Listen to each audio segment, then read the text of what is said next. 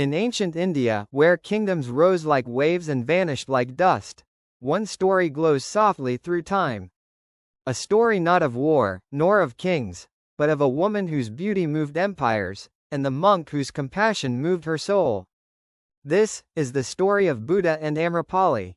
Vaishali, a city alive with music, trade, and celebration. Travelers spoke of its splendor, its grand council halls, its proud republic, and among all its wonders, one name whispered everywhere. Amrapali, the royal courtesan, a woman whose grace was unmatched, whose intelligence charmed scholars and generals alike. Yet behind her laughter and jeweled veils, lay a quiet yearning. A loneliness that even her wealth could not silence. One summer, news spread through Vaishali like monsoon wind: the Buddha is coming. Gautama Buddha, the awakened one, traveling with his monks, teaching compassion, peace, and the path of liberation. People left their homes, markets emptied, and the roads filled with villagers eager for a glimpse of the sage of the Shakyas. Amrapali, observing from a distance, felt an unfamiliar pull. Not curiosity for a celebrity, but something deeper. The next morning, she walked through her beloved mango grove, the air thick with the scent of ripe fruit. And there, beneath the shade of a tree, sat a serene, glowing presence.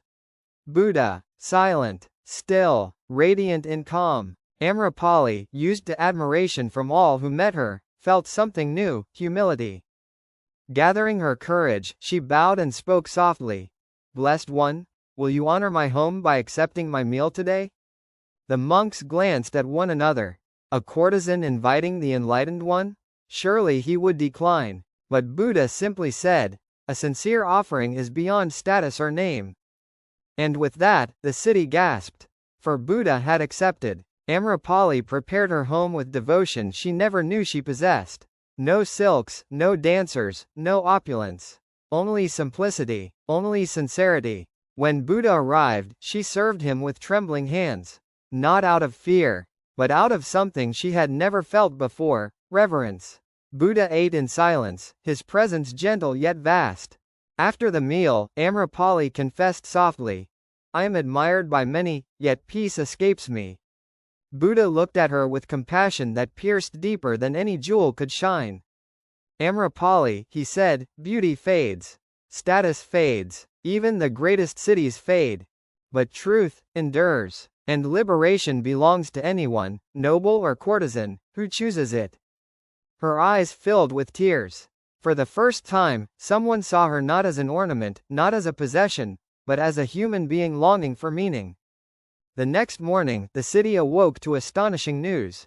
Amrapali, beloved courtesan of Vaishali, had made a declaration. She was renouncing her former life. And more than that, she was offering her greatest treasure, her entire mango grove. A sanctuary of shade, peace, and beauty, donated to the Buddha's Sangha.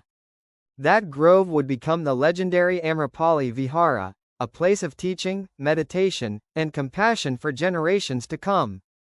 Amrapali embraced a life of simplicity. No jewels, no adornments, only the quiet robes of a follower of the Dharma. She spent her days caring for the poor, listening to teachings, and walking the path toward inner peace. The woman once admired for her beauty became honored for her wisdom. The story of Buddha and Amrapali is not a tale of romance, but of awakening. It reminds us that compassion does not judge, that transformation can begin in a single moment of truth, and that no past, however golden or broken, can prevent a heart from walking toward freedom. For Amrapali's true beauty was not the charm that captivated kings, but the courage that set her spirit free.